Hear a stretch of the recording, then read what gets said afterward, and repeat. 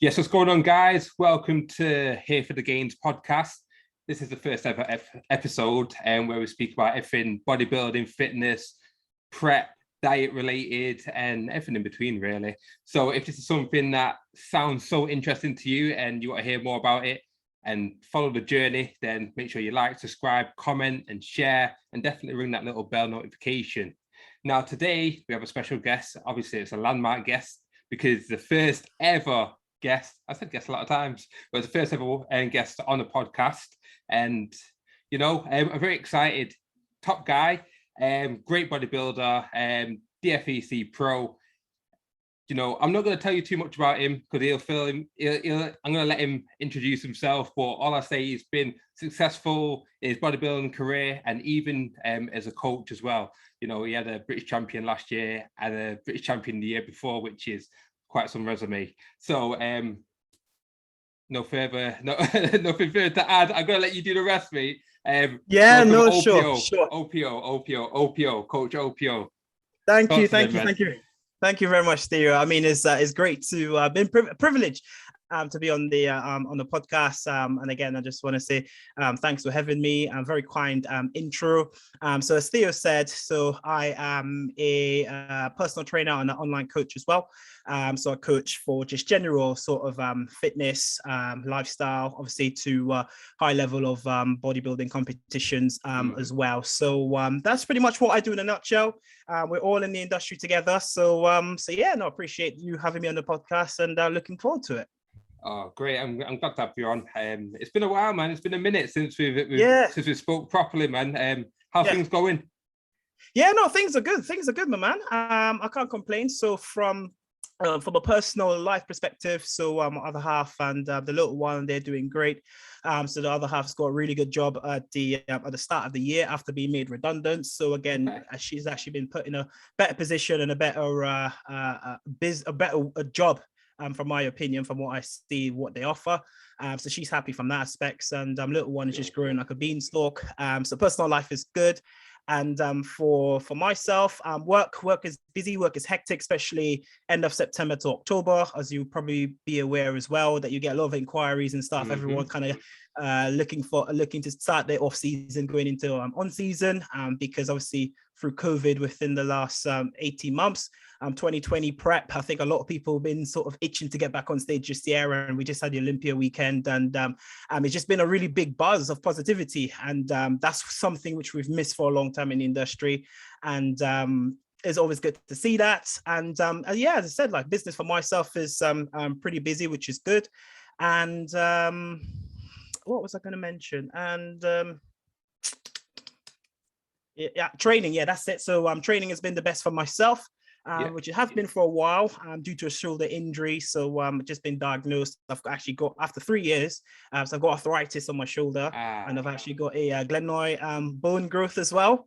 So everything I do, every angle, it's just a lot of pain, which makes sense. So I'm booked in to see an MRI, and then from there, the consultants will sort of gauge what's the best movement as well. But again, just be grateful to move a bit of weight and just keep myself mentally stimulated and fresh in the gym.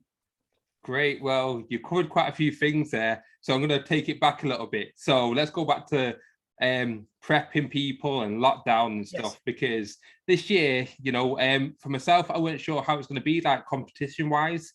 I thought it's either going to go one way or the other, where you're going to have loads of people want to jump back on it, straight back into it this year, or it's going to be the complete opposite, where people don't feel like they've had enough time to prep. Because obviously during lockdown, not everyone's had access to the same facilities, and they feel like they need a little bit longer. So 2022 is probably going to be a hectic year, and that's kind of the way it seems to be going. Now, the Olympia weekend, whilst this is fresh in my mind, did you watch it? Did you watch Olympia? I didn't watch it. I didn't watch all of it, but I've just kind of caught highlights and a preview and kind of look at the top 5. And then I kind of look at the top 8 to 10 just to really see what the placings was been like. So I've just kind of keep an eye on the classic physique, 212, and the opens, and a little bit on the men's physique. But again, I'm due to check that and check the women categories as well, just to see what and kind of compare pictures for pictures. But again, it's always different from actually looking at it in the raw eyes, isn't it? So yeah.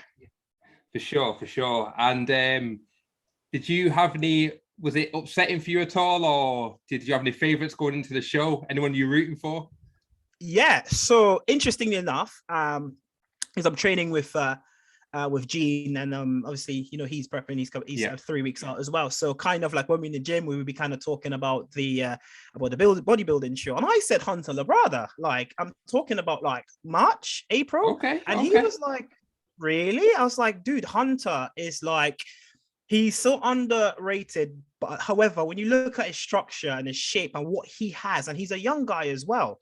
I think when he gets it, and again, by all means, he wasn't as sharp as your Nicks, and he wasn't as sharp as you know, for like Hardy and those guys. But his structure and everything is just overwhelming. And when you saw him in the top five, it was like that he's a big guy just because of his stiletto and his waist and everything. So my favorite going into this was Hunter.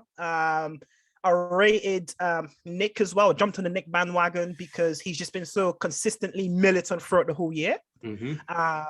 And I've always liked Ian's physique, just sort of like manly, full, heavy lifting in the gym. I really like Ian's physique. But for me, it was Hunter, and I was very pleased for him that he's placed fourth. A lot of people were shocked, but I think it was rightfully so. I think he done a damn good job this year. Yeah, to be honest, I didn't think he's going to play so well. I am a fan of his shape. I just didn't think he was going to be big enough. But when he was on stage, he didn't, you know, he fit right up there. Absolutely. Which, you know, I saw the press conference and that, and Nick was like, "Oh, I'm going to beat you," type of thing. But yeah, I did not think he'd be able to match up with everyone. And you know, well done to him. He seems like a proper nice guy, and his shape is unbelievable. It's fantastic. It's fantastic. So like, there's a bit of time when he gets to, there's a little bit deeper lines, and there's that sort of maturity stats to show as well. Then he will definitely be up there with one of the best. But for a young lad, him and Nick, you can't fault them, because again, they're kicking the old school guys to the curb now, and they're bringing something new to the table. Yeah, for sure. Like, I'm not the biggest Nick fan, but I've got a lot of respect for him, because what he's done this year is incredible. You know, he's proved a lot of haters wrong, a lot of doubters wrong as well, including myself, you know, and his placings, you know, win the annual classic and then coming top 5 at the Olympia. It's like, what? You know, it's crazy. It's absolutely crazy. So what a year for him.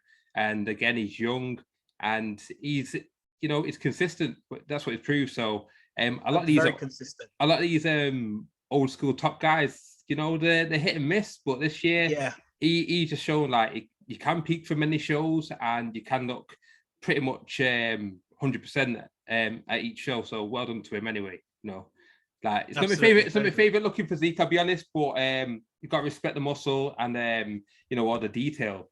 Yeah, who was yours? I think you had your boy Bonak. You did think that Bonak would be in the top 3, didn't you? I believe. No, was this before you saw pre-judging, or was this going in? No, before. So Bonak was in the top 6. I thought he was going to beat Nick. I thought it was going to be sharper for sure, but he just didn't bring it this time. I was upset that Brandon didn't win. I'll be honest. I thought he won the pre-judging. I even looked at the scorecards, and apparently he didn't. He didn't win pre-judging, and he lost the show. But it is what it is. It's bodybuilding. It's subjective, and you know, go away, work harder, and come back.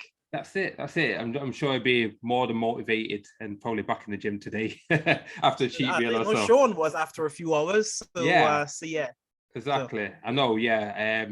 That Sean and Lunsford battle, you know, that was a close one. That was a close one because Clarida, he looked good. He had a lot of detail, and Lunsford, it did in his glutes, hamstrings, fair enough, but like throughout the chest and that, not really.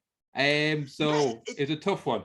Yeah, I'm not entirely sure how old Derek is, but you can see with Sean, it's just hard years of hard training. Yeah. And you have that sort of granite look, because again, which kind of takes it back to probably a little bit of coaching. You have more the younger athletes, especially my younger clients, will kind of expect to look like, you know, like your top natural pros. If you're talking top natty, and it's just kind of like, guys, they don't really look like that, you know, and I guess some of them always kind of comparing my physique to where it is. I'm just like, guys, I'm an old boy. I've been, before Instagram and stuff was, you know, out there and you know who was training, whatever. I was screaming my guts out doing deadlifts and squats, you know, before likes even existed. But you know, you guys grew into it, and that's what you guys think that you can get that overnight. But yeah, I think with Sean, I think he just definitely had a lot more maturity of just hammering the weights for years compared to Derek. But again, Derek's shape was fantastic. It was amazing.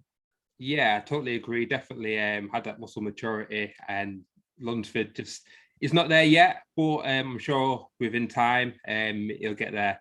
But yeah, well done to him. And I believe he's going to go into the Open. I'm sure it's a struggle for him to get down into 212, and that's what's been hurting his physique over the years. So it'll be good to see him in the Open. A lot of 212 like to go into the Open now, you know. And like that's I think 212 is, if you can fight to make that weight, then yes. But if you have to downsize, like it's not going to work. Like people thought Hadi originally was going to be 212, and he was just like, no, like screw it, I want to be men's open. Another one who could have fight and be 212 was Dexter Jackson, but again, he's just had a fantastic career and understanding how to balance his physique out as well. So it depends. I think these guys are pretty young, pretty fresh, and I think they would only get better and understand what direction they want to go moving forward, and the more they compete. Yeah, for sure. Okay, well, we'll wrap the Olympia talk up there, and let's get more into Opio. Let's get more into coaching, and because I've got quite a few questions there, for sure. So now you've touched on your shoulder, and you know, obviously I've been following you for a long time, and I do know that you've had a long-term injury or issues going on with your shoulder. So it's officially been diagnosed now. Yes. So officially being diagnosed, it was supposed to happen way earlier. But I was like probably 2 weeks away from seeing a shoulder specialist in 2020, which by the way, started 2020 before COVID, which by the way, I've paid for so much private treatment, physio, rehab specialist, physio from the NHS, sports masseuse, chiropractor as well. So I've spent a good few nearly a couple of thousand and just getting that sorted out, but no one kind of really understood what it was. Everyone keeps saying something slightly different. So finally got the x-ray done not long ago, about 3 weeks ago. And they pretty much found out what I've been doing and stuff, etc. And it's that's what they've diagnosed it with, arthritis and the glenoid growth, bone growth. So any sort of like movement is just like kind of cracks and it really hurts. Like external rotation is pretty much non-existent. But that seems to be the issue. So hopefully the MRI can find out what is it that I will need. They try saying about these cortisol injections or keyhole surgery or what, or bone shave, or but I'll see what the MRI says. And again, depending on what it is and the severity of it, I will sort of make my decision what I want to do, based on hopefully going into next year feeling quite fresh as well. So yeah, well, this is going to lead me on to that question, like, where do you stand as a bodybuilder? You know, obviously you can still train, but can you train hard enough to, you know, be competitive in the following year? Because I have no doubt that your standards are going to be up there, and you're not going to want to bring a subpar physique. So, hello, yeah. Sorry, it literally just froze. I heard until you said, "Where does it leave me as a bodybuilder?" I know that can you train us, and then it just stopped. Okay, so yeah, I know that you can train, but is it going to affect your prep for next year? It wouldn't. It wouldn't affect my prep because I have done a fat loss this year as well. I came down 10 kilos just to see how I look, just to see how symmetry would look, and progress still have been made. And again, I think I'm in the kind of mental part with, because I'm hurting, I cannot press as much of the press and still grow as big, but it doesn't work like that.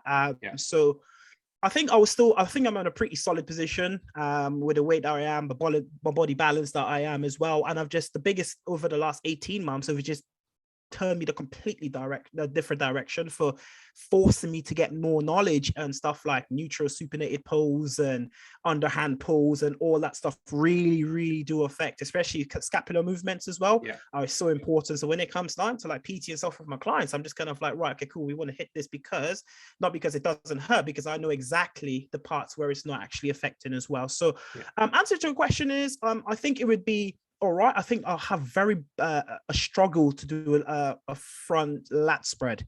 That's probably the biggest. I can't open up that physique as I, so even doing that now, I can feel it, but it is what it is. I'll see what happens after the MRI. Well, hopefully it's nothing but good news, with a bit of luck. But yeah, like, this is the thing. It's like I've had my own issues, nothing quite as severe as yours, but I've been for massages, different treatments and such. And it wasn't until recently I've had like those issues with my knee. And it wasn't until recently that I found like the actual root of the problem. Went to a different physio who kind of specialized in that kind of thing. And straight away there was like, right, this isn't firing. You're not flat-footed, but you've got weak arches. So when you squat and stuff, your foot comes in a little bit, and this is why it pulls this over and blah, blah, blah. So I said, well, that makes sense why I struggle to contract like my outer quads. And when I press, she goes, because your feet are coming in, you're not using like the outside of your foot at all. So like, right, makes sense. So it's just like, so for people who have niggles and injuries and stuff, it's good to go and get like physio, massages and stuff. But if it's not getting to the root of the problem, you need to go and see someone else, or go and get a MRI, get a scan and get to the root of the problem.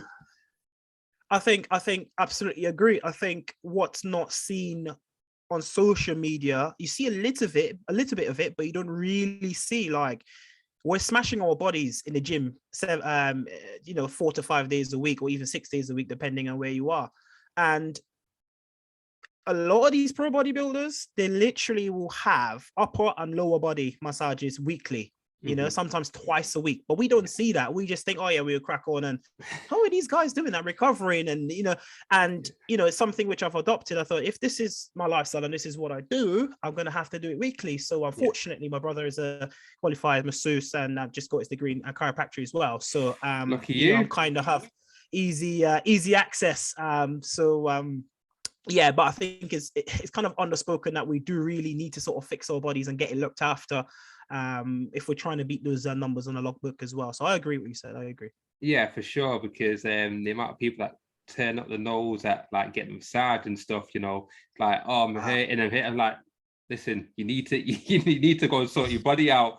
Like, oh, absolutely, and what I put on Facebook, the amount of people who have managed to actually convert to actually get like physio and massages, and the like repeat customers now, what I mean? They see the value in it. I think once you go and get it, absolutely, and actually feel what a fresh body feels like, then understand what a fresh body feels like, then it's like, okay, so this is how I'm supposed to feel, and you get a better understanding of when things are getting tight and when you need to maybe pull back and get some treatment.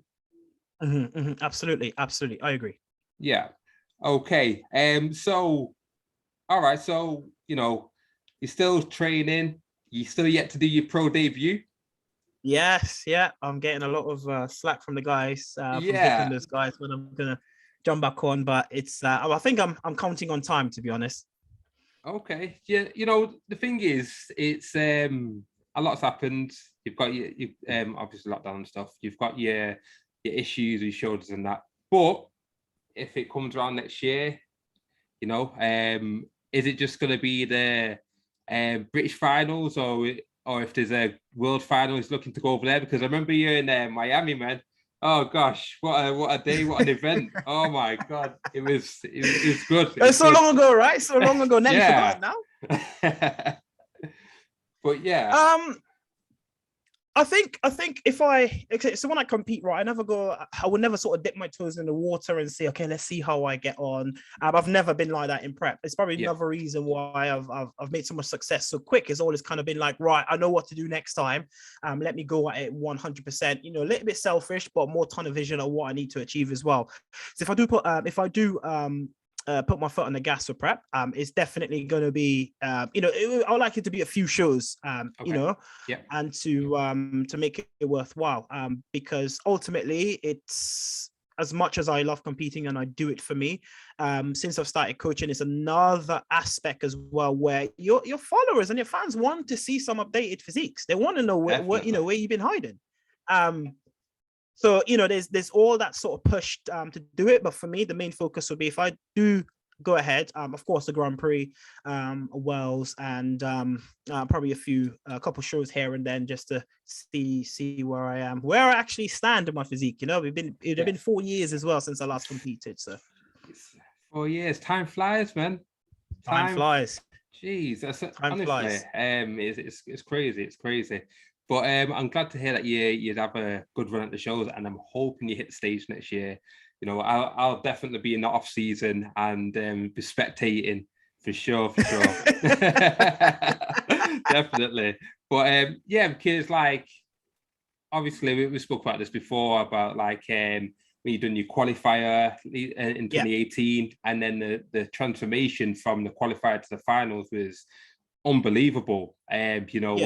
You just brought something fresh, and the shape and everything was just amazing. And I thought, who is this guy, man? It's just like, it just literally just literally blown away, honestly. So let's talk about the process and the difference between the look in the qualifier to the British finals and world finals. Yeah. So, hello, can you hear me? Yeah, I got you. Oh, all right. It's frozen for a bit. So, so it's pretty much, I've been self-prep for all the time, all years and stuff like that. The Southerns, which at Basingstoke at the qualifier, which I was kind of like, really sort of pushing myself. And I did the usual kind of, you drop the carbs coming into the show and then bump it up going into the show as well. So I just stayed back for feedback, which is super important. And I sat down and I got my feedback, and I was like, look, what's going on? I just need to, what do I need to do? So I spoke to Vic. Vic was just basically saying, like, just change your macros around. I think at the time I was on 2,800, but just slightly higher, more proteins and fats, and sort of lower carbs. And she just said, like, look, just swap it around. The calories are fine. Just swap it around and obviously prioritize the carbs and stuff like that. Okay. So that's pretty much what I did. And then I spoke to Matt Claxton like 2 or 3 days after the show, and he was just like, damn, like, dude, your structure is actually really amazing. If you come in hard, it's like you all day long would have been the overall. And then I kept getting a lot of messages from people saying, dude, your structure is good. And I'm just kind of like, in my head, the only thing I want to do is I just want to get shredded. Like, I don't like structure, and I just want to get shredded. So I kind of gone away with that macros. I kind of sent over to Mark, goes, do you reckon this is good? And he was just kind of like, yeah, no, that's pretty good macros. And he just recommended like Uda's oil and the AGF at the time. So I just got that, put that in. So I kind of went away for like 5-6 weeks. And then Vic messaged me and he said, oh, how are you getting along? I was just, oh yeah, no, it's good. Obviously prep brain, you're tired. I just had a baby as well. I was working long hours doing a state agency.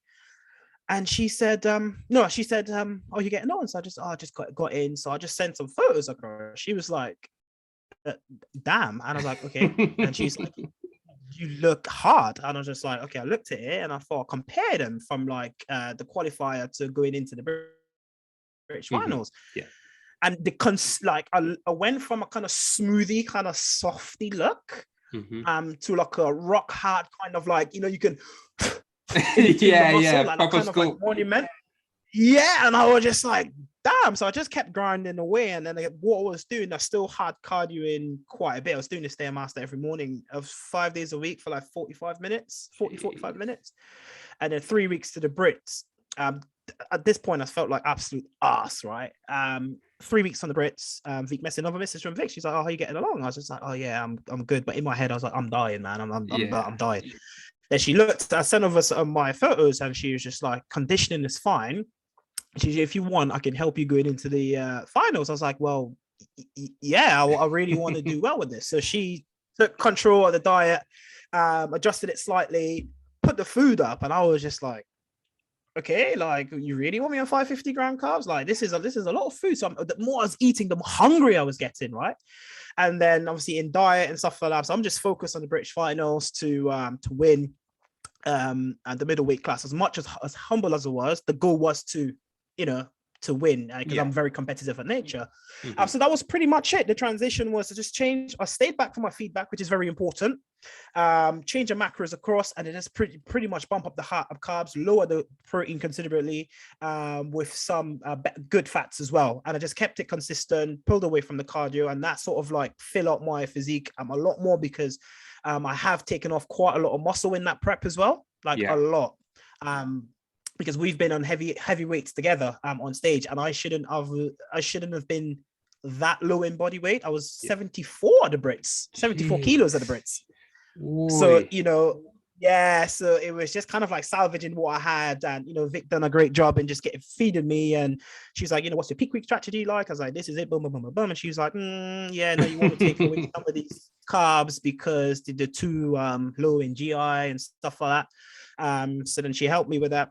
And then it was kind of pumping up in the changing rooms. Came into stage, and it was just like everyone was like, "What?" You could literally hear the crowd go, "Oh!"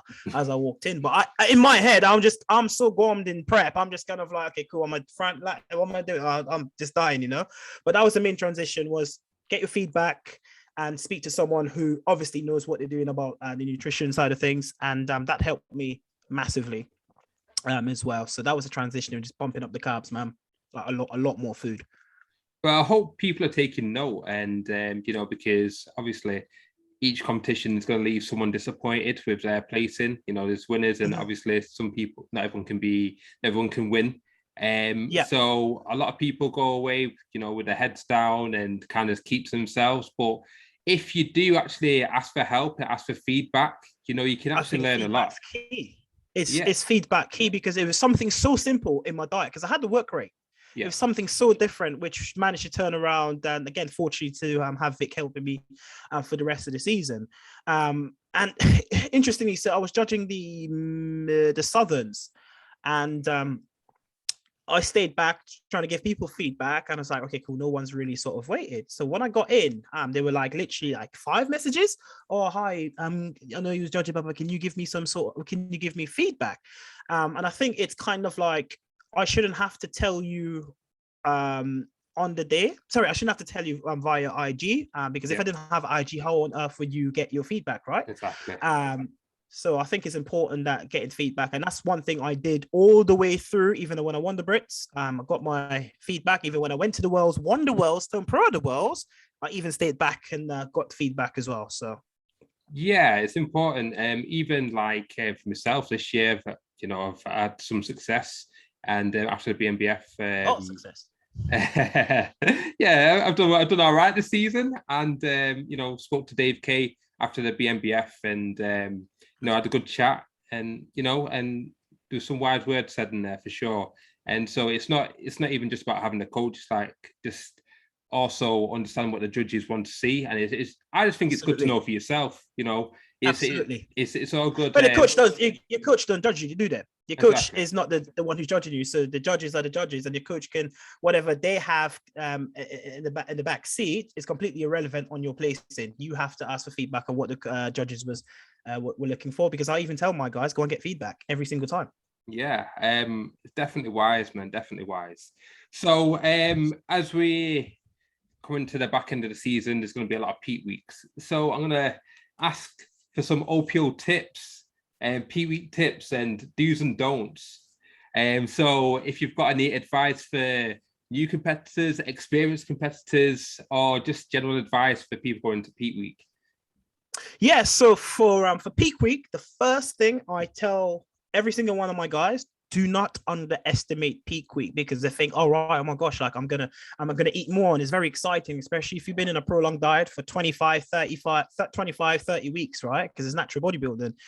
the first thing I say is do not underestimate the food. Respect the food and time. Don't just eat and just stuff your your belly, because of course with peak week strategies, majority of it, people are going to be eating nearly quadruple the amount of food all of a sudden, right? After depleting. So don't underestimate the food is the first thing I say. Yeah. Secondly, as well, try not to worry about it too much. Right? Try not to worry about your conditioning or where you are, because the work is really done. You're not going to get fat in peak week, or you're not going to get more shredded in peak week, right? So don't worry about your conditioning. And then ultimately as well, if you feel that you are struggling a bit, you don't have to like sort of deal with it yourself, because you do feel like ass, especially in depleting. Ask your coach, is it all right? Like, if I feel really bad, pick up the phone and call me. Because I tell the guys, I said, pick up the phone and call me if you're feeling terrible. So those are the only three things. It's just don't suffer in silence. Don't underestimate it, because it will be a shock to your physique as well. And don't worry about how you look. It's done now. It's done. You can't get fat, nor can you get shredded on peak week. And that would be my advice for especially for the new ones and even more experienced and seasoned guys like myself. Yeah, I totally agree with that, because some people they think peak week's a magic week where they can undo all the work that's not been done, and transform like a physique that's got a lot of body fat onto something that's shredded, and it just doesn't work. It doesn't work like that. If you've not got the body fat there, then it's not going to be there on show day. But if it's there, then it's there. Peak week, that 1 week isn't just going to change everything. Otherwise, it wouldn't diet for so long. You know what I mean? Yes, no, absolutely. But there you go. And everyone scratches their head after. Because, oh my gosh, I look like so much better 2 days after. Just kind of like, it's and a big part of it is reason why I want the guys to relax and pick up the phone, because I don't want to get too sciencey, but cortisol plays a massive part, right? And when I say that, right, again, I don't really like too much bro science in bodybuilding. But you have a lot of people, their feedback will be, you look better in the evening show. What do you think that is? Exactly. Lower stress, It's they're relaxed, already gone in the pre-judging. They've done it, and now they're relaxed. Everyone's, oh yeah, man, I sweat. I was sweating on stage, and I sweat it all out, and I got some. No. That's not it. You've relaxed, and that's why people tend to look better in the evening show. Very rarely I heard ever says, "Oh, you look better in the the morning show, and then you look worse at night." I don't ever hear that. You don't really hear that, and that's a big reason for let people know. And again, from a coach's perspective, I let my guys know you've done your work now. Feel happy with the work you've done, and that's it. Leave the rest to time. And that's it. Definitely. Keep stress levels low as you can. Very low. Yeah. Easier said than done. I was just about to say it is, for sure. Because emotions are high, especially when you've got high expectations and a lot at stake, but whichever way, you've just got to try and enjoy the process and absolutely, just enjoy the journey as a whole, because once it's done, and then it's like, oh, once it's done, it's done. Yeah. What's next, But talking about what's next, so obviously peak week's done, your competition's done, going into the off season. Have you got preferred like methods of going into the off season, like transitioning from diet to off season? Yes, and it's from personal experience. Okay.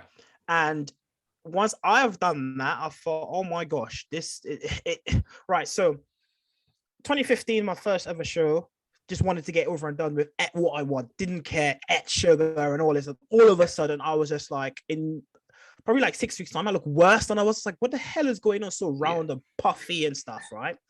2016, done the qualifier. I said, right, I am going to just keep the foods, and I just done loads of like research on reverse dieting, which by the way in 2016 didn't have this much access on IG. You can actually look like, a lot of the coaches and stuff, you click the link and you can go.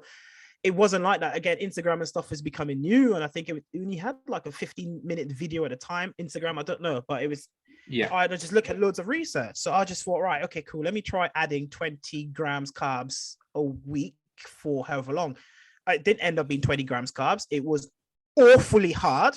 I think I bumped it up by an extra 300 to 400 calories. Okay. But my cravings were worse than prep. And I just kept holding my eyes and scratching. I was like, oh my gosh. But my weight was going up very slowly. Yeah. But after that 11 to 12 week period, which is slightly increasing food, I cannot put fat on. Here I was the strongest. My physique was the tightest. Yeah. My body fat was very low. Coming into January, my body weight was only 90 kilos in 2017. Okay, which by the way, I normally go up to like 110. Yeah.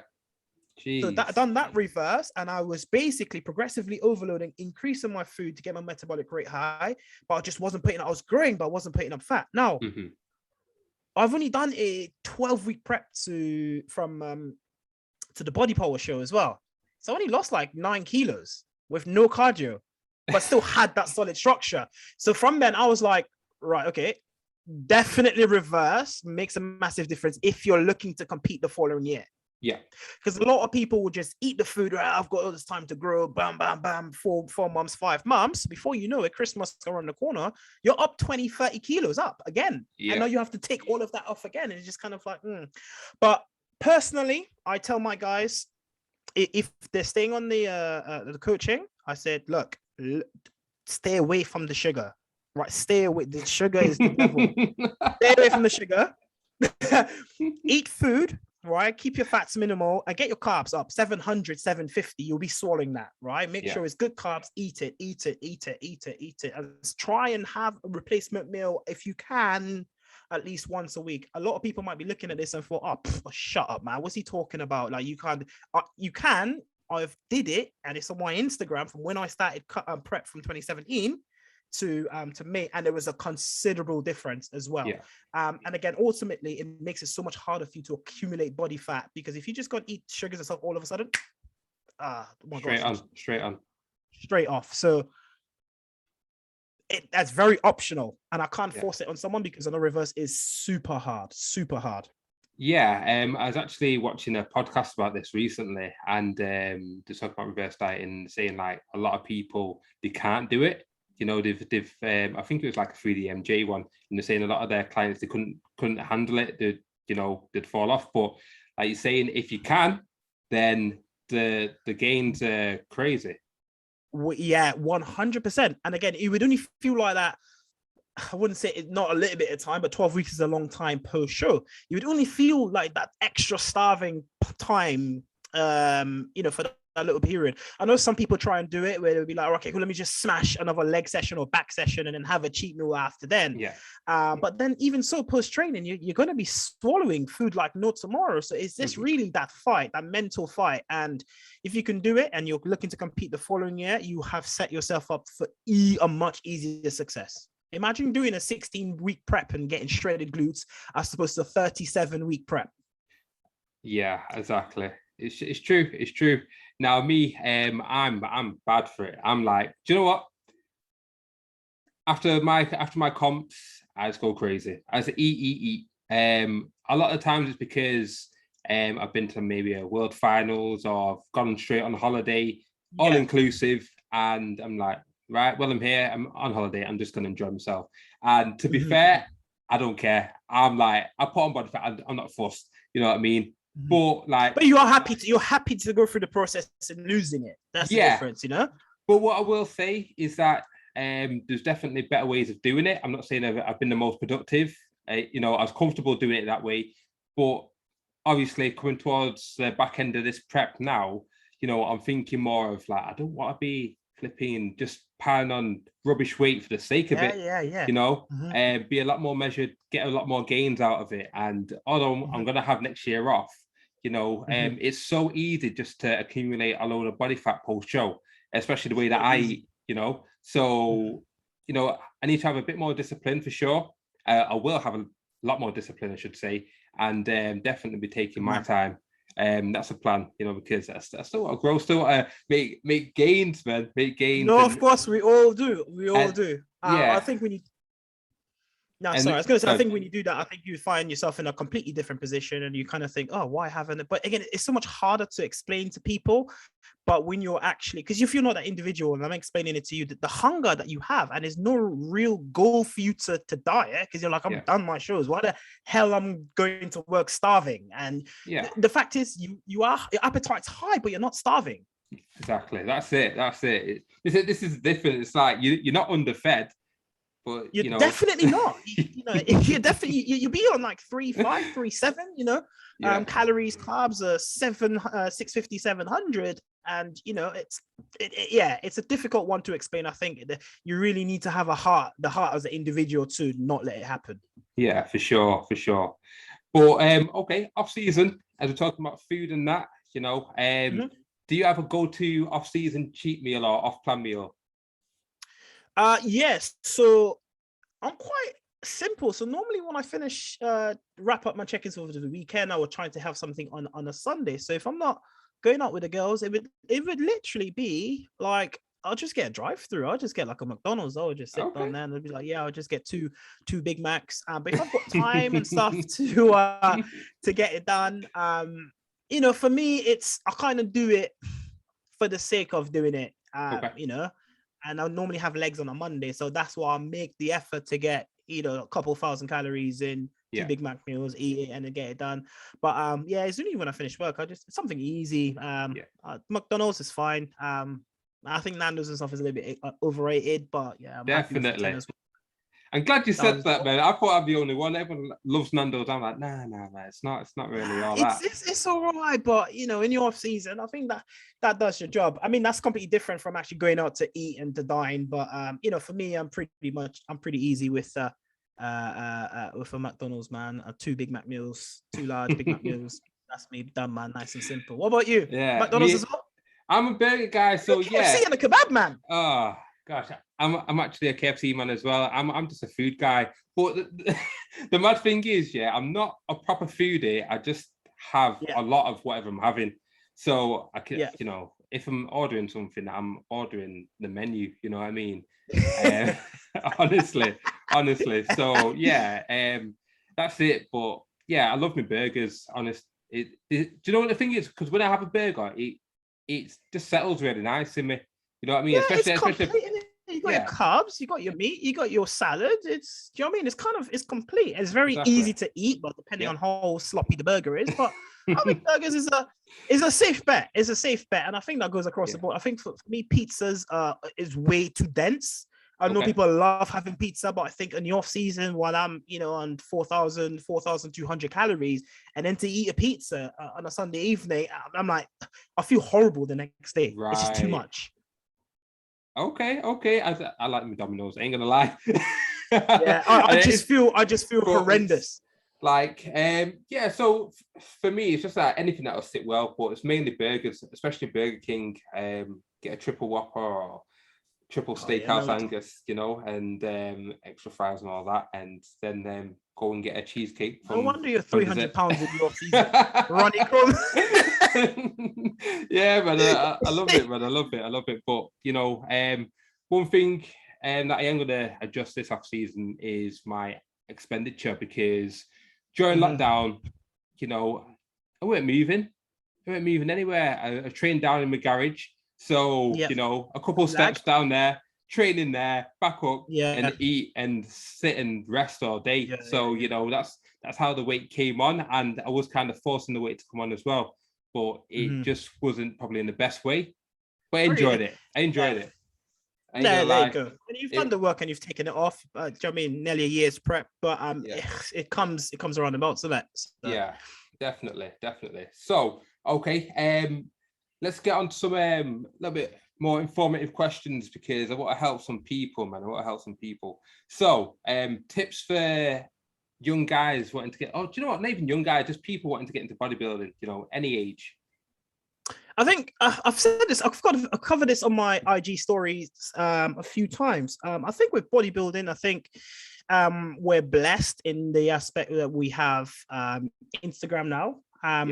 You can see who are good, consistent bodybuilders. If you go down the natty route or the not natty route, you can really sort of follow people's progress, and a lot of people are outspoken now on what they do and how they do things as well. So what I would say is, when you start off for yourself, when you just start doing it, message a handful of coaches who you like, who you follow, who you kind of understand their principles. Message all 5 of them, and just, find out, book in a consultation, find out who you click with more, look at the pros and cons, narrow it down, and then just try them for 12 weeks. That way, that person already give you a nutrition setup, a training setup, and as a coach, they will then give you the understanding on how you need to approach it if you're in the game for the long haul. And I think it's so important. I think people think, oh, just do like a year bulk and look like Jay Cutler, at like 16, 17. But it doesn't work like that. It's for them. It's for them to be, for them to understand. It will take time. And once you have a training structure and nutrition structure, what works for you, and then you understand balance with that, that's what I would say. I think definitely speak to someone who knows. That would then save you years of trial and erroring, and you're doing well and you're like, I'm not sure, but you're doing well, but you just need that extra, yes mate, keep going. And they just pull back and then try something. They do push-pull legs, and then they change the rotation to upper lower, then they change it to posterior and anterior, and they're like a bit confused. I think that would be my only advice. Handful of coaches, narrow it down, speak to them, see who you click with, give them 12 weeks out of it, because 12 weeks is probably likelihood to see some kind of benefits, as opposed to a 6 or 8 week coaching period as well. And I think that would help a lot. Yeah, definitely. I totally agree with that, because there's a lot of people who just want to kind of do it themselves to start off with, and it's just a lot of trial and error, a lot of time wasted. Not wasted, but lessons that you could be taught rather than find out the hard way. And absolutely. If you want to make the most of the journey, then you need to get someone who's knowledgeable, someone who's experienced, and someone who can guide you in the right direction, rather than going around in circles. Because honestly, it can get very messy, mentally, when you're prepping, and you don't know which way to go. If you're doing well, if you're doing bad, and it's nice to have someone there. And like you said, it's also the duration you with the coach, because I found out myself. Been with AJ for near enough a year now, and it's been such a great experience, because it's given them time to, it's given him a chance to actually know my body, not just all right, competitions in 8 weeks, let's put something together. And he's still trying to find out what works for me, you know what I mean? So before we even started prep, he knew how my body was running. Obviously being in prep's slightly different, but the reason why things have gone so smoothly so far is because we've giving him the chance to just learn my body and understand how I work as a person as well. I think you said it there, you've just been a lot more open with it. Yeah, for sure. And I definitely agree with that, for sure. So guys, make sure you get a coach, someone who's knowledgeable, and it'll save you a lot of hassle and time in the long run. Yeah, absolutely. And make a lot more gains, for sure.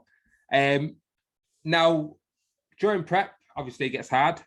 Is there ever a point where you've doubted your ability or doubted yourself? I think that's a very normal part in prep. The amount of preps I've done, especially back to back, and you're getting better. I think when you're in the depths of prep, you've all of a sudden, again, if you're into bodybuilding, want to compare yourself to the top 3 IFBB Olympians, and you're like, I'm not big and shredded and hard enough. And by all means, you've kicked last year's physique's butt, by a clear mile, but you always have that. I think it's actually quite healthy in a way that you don't get complacent. It can either go opposite. It can go opposite direction. You can just pull the plug in if but again, if you have someone at your corner, as much as they can tell you, mate, you're doing the right thing, you will still, that 10 minutes quiet period for yourself, you would always look in yourself in the mirror. And again, your Instagram cookies are always going to be either food or pro athletes. And that's the fact of it, and that's the fact of it. So I think, and so I'm speaking from experience, I think it's a very normal thing, but I've learned how to consciously twist it and to keep on the ball as opposed to feel completely deflated, I'd rather than be like, right, okay, cool, let me stay on it. And again, there's a fine line with doing more, too much. So just keep on it, and then, you know, to keep telling yourself that you're doing better. But I think it's a very normal feeling. I think it's hard to escape from, where we've got the downtime and we're scrolling on our phone and we see, you know, these people winning shows. And I think it's a normal part. I don't know. That's my opinion. Yeah, I would, you know, I hate to keep saying, yeah, I agree, but I do actually agree. I agree with what you're saying. It's because I've been there and done it. Yeah. You know what I mean? I mean, I'm not that much outspoken on my media, but I think not a lot of people know that I've actually been in the trenches for years back to back. So I know what it's like. You know, for me, it's not like I've read a couple articles on the website and say, right, let me try this with this client. It's just kind of like, no, I wouldn't do anything to anyone if I have not been there myself and done it, you know. And I think that's what's quite powerful in my coaching, because I can confidently say why and how I do stuff, and then if someone digs in a little bit deeper, I can then explain to them, and they can be like, right, okay, hopefully it makes sense to them. For what makes sense to me, I will pass on to my guys based on experience as well. But I think it's very normal for you to have that little bit of self-doubt. And again, another plus of a coach is he will tell you, spot on, let's keep going. We've got all the variables here. We've seen your week. You are ticking the boxes. Your black and white figure says that it's all good. So let's not worry. Let's keep going. Yeah, for sure. But yeah, definitely. You know, it's prep gets hard, man, and you think, oh, I could look better, you know. And like you said, sometimes you're way ahead of your last look, way ahead, and you're still thinking, I need more. And yeah, but you just got to ride it out, and hopefully you've got some good support in your corner, whether it's coach, family, friends, and people just help you, people along the journey with you. Now, I'm going to get some fun questions before I wrap things up. So, okay, if you could train with any three people, who would it be? I think it's definitely gonna be Ronnie Coleman. I've said this before in my story. I think it'd be Ronnie Coleman. I haven't really. I like. Yeah, it's just kind of Ronnie Coleman. It's just this shared energy that he just brings to the table. And that's it. I haven't really sort of chosen three people. I very much do like JP's aggression with control. And I like that. I implement that a little bit into my type of training. One, to control the weight a lot more because I'm injured, and it makes total sense. So then I've went from just, you know, doing the branch roaring reps to to the Nick Walker type of reps. And you know, someone who said this was just not been really covered in the media was like, you know, Dorian Yates. You know, he grabs the weight, and he moves it so aggressively controlled and very heavy. I think, and that's when I got into a lot more execution and done a little bit of a bro science into the reasons why and contraction and all that stuff. But yeah, I think that's probably Ronnie Coleman, Dorian Yates, because I like that kind of open style. And the third person, yeah, all right, in a strange one. Yeah, I like how Nick trains as well. I like it because you don't see any kind of other person move weight that mechanically smooth as well. You know, so yeah, probably Ronnie, Dorian, and probably Nick. Nick is a new type of a breed, so it's probably it. Yeah, for sure. Huge contrast between Ronnie and Nick, but it'd be certainly interesting. It's different. Yeah. That's what so then you can go in there and know the difference between it from experience, right? So that's the only reason why. So they're very different, For sure. Okay. I'm not sure if you know this, but how big are your biceps? I've got a measuring tape here. I have no idea. I think the last time I measured them was in 2019. They were like, I think they were like 19 and a quarter. Jeez. So some big arms. I don't really. Yeah, that was that. I don't measure my arms. Again, Bob used to ride on me for training arms, just like a few sets throughout the week. So now I've actually got implemented an arm day now for the last 9 weeks, and it's actually responding pretty good. So I'll probably say from the last time, 19, comfortably a 19 and 19 and a quarter. Nice. So Healthy number, easy. that. It's a healthy number. Good. Okay. Would you ever go over to the dark side? Ooh. I don't, to be fair, I wouldn't. One, my age. Right. Secondly, as well, I think I actually reacted to your story, which someone said about the dark side, and I thought about it when I was probably like 21, 22, and I really looked at it, and it all concluded down to, well, I'm not going to put my life at risk. And I say put my life at risk, and some people who probably assisted might be looking at this and saying, oh yeah, you're completely wrong and stuff. But my personal opinion, and I think that you do put yourself at risk. You look at top natural bodybuilders compared to top assisted bodybuilders, and unfortunately there is a lot more passing, whether it be to people say, oh, it's hereditary, it's not this. And I think they need to be honest and open about it and just say about it. So I think if I looked, it turned out to be, if I'm not getting a contract for like X amount of money a year, plus a supplement company, plus a private doctor to check my because there is literally no point, and I will not do it just to be an IFBB pro on Olympia. I was like, no, I actually need to win. Like, I will actually need to win. Yeah. And then I looked at it and I thought, you know what, this is not for me. This is not for me. So even now, so would I take it? Because my years has gone past. I'm 32 years now, so it's no point. If I were to do it, it would be anywhere between 22 and 23, 22 and 24. Okay. That would be the age, because I actually looked at it and they said, I knew you need to get mature muscle and learn how, not mature muscle, but train for a few years, get a little bit more maturity in your age. Yeah. And now that was it. It didn't tick all the boxes, but no, I wouldn't go to the dark side. Definitely not. Okay. Yeah. And I think you put up a good few points then, because I don't think anyone, even though they do, can deny that there's not risks that come with going over that side. Whether you want to believe it or not, it just is.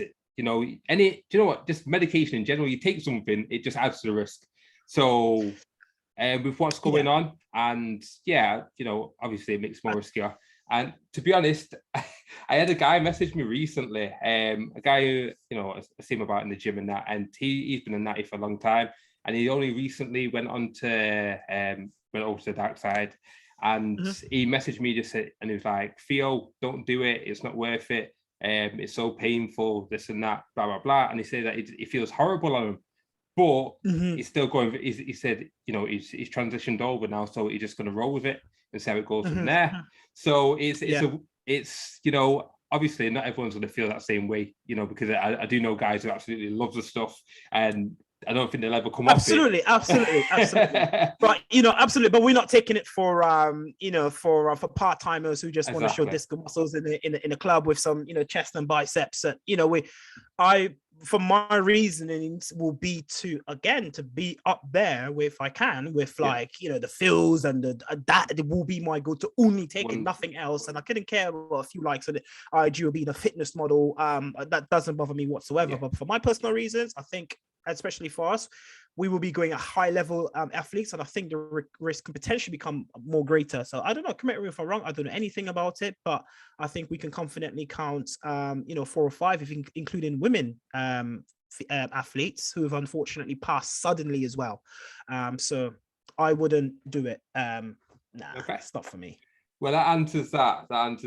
And each to their own, and there's a good reasonings anyway. But right. Hello. I'm gonna wrap through. Hello. Are we still here? We're still here. We're still recording. Opio. I think recording will stop after an hour. Opio. Still here. Opio.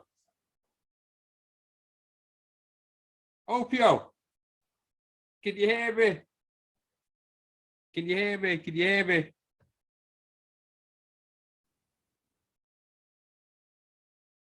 Oh. Oh, hello. Hey, are you back? Yeah, what's random? I think That's it's done weird. like a. I think so. Hopefully, are you doing a screen share on this as well? I don't know what I'm doing to share screen, but yeah, it's my first one, so Would you be able to go back and? Oh, it's recording, so hopefully it should go into the Zoom folder when you finish. okay, right. Well, I was going to wrap things up there anyway, so it's nice to actually have you on, so I can do a proper outro with you, and yeah, let's wrap things up. But Opio, it's been an absolute pleasure having you on. Thank you for taking your time out of your busy day and joining me on this podcast, man. You know, it's great. No, absolutely. I very much appreciate you having me on. I think it's been fun, and hopefully people can get some nuggets from it, regardless if you've just started or you're a little bit more advanced as well. And yeah, no, I mean, I'll be excited to see you finish off your season because you've had such a big bang, and I know there's a lot of eyes on you now. And I know you got a new Instagram and you went from like 200 followers to like nearly 1,800 followers in like the space of a few months as well. So as you mentioned before, there's a little bit of pressure from your side, I guess. But I think, you know, with the Instagram live, which we had was kind of more like when Theo's going to turn pro, not if he can turn pro, you know, if he can be a pro, you know. I think it's a when. So I believe you got the UK DFBA next week. I have, yeah, in UK DFBA next week, Saturday, October the 16th. That's the first of the finals, and then BNBF finals 2 weeks after that. And then October, yeah. And then 2 Bros finals 4 weeks after that, November 28th. Wow. Okay. Yeah. So you're gonna have a really busy 3 weeks. Definitely a very busy 3 weeks, and then you're gonna have a 4-week period. Because I've got a client who's competing on the 7th, of November for the 2 Bros. But the British finals, which is in Maidenhead anyway, which is around the corner from me. So I'll pop down there. So so no, man, just loving the work that you're doing, keeping it consistent, keeping it positive. So I hope that it goes to plan for the rest of the season, man. Yeah, me too, man. Me too. It's great to see.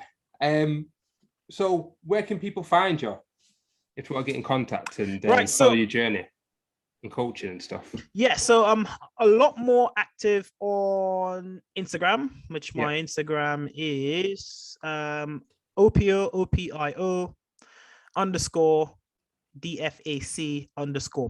I tend to put stories on there, and some posts normally about my apple cider vinegar in the mornings, but sometimes it can be a little bit more informative. So that's where I'm mainly active. I do have a Facebook page and a YouTube page, but normally if I do post on YouTube, I will put the links on story and also the link on my bio as well. So mainly active on IG. Any sort of questions, or if you just want to see some cool stuff, I guess, just let me know, and I'll hopefully my page have kind of my transformation from competing earlier to the latter on as well. So good. Yeah, I'll make sure I'll put all the info in the description anyway. But Opio, have a great evening, and Big T, thank you very much. All right, and you take care, man. We'll catch up soon. Cheers. Bye. See you in a bit.